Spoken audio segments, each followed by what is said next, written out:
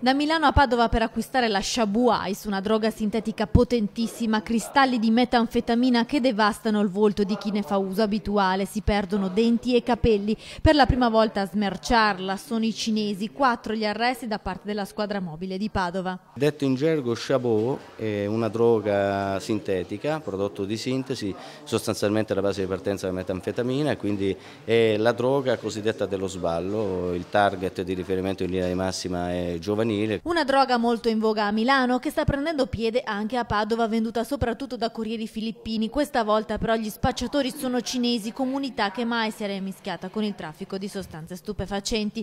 Il blitz della polizia in via Fra Remitano, vicino alla stazione. La Shabu Ice, circa 2 etti, era nascosta nei navigatori satellitari mentre il denaro aveva una collocazione particolare. Una slot machine che funzionava un po' da salvadanaio perché all'interno abbiamo rinvenuto la somma pari a 12.500 euro in contanti.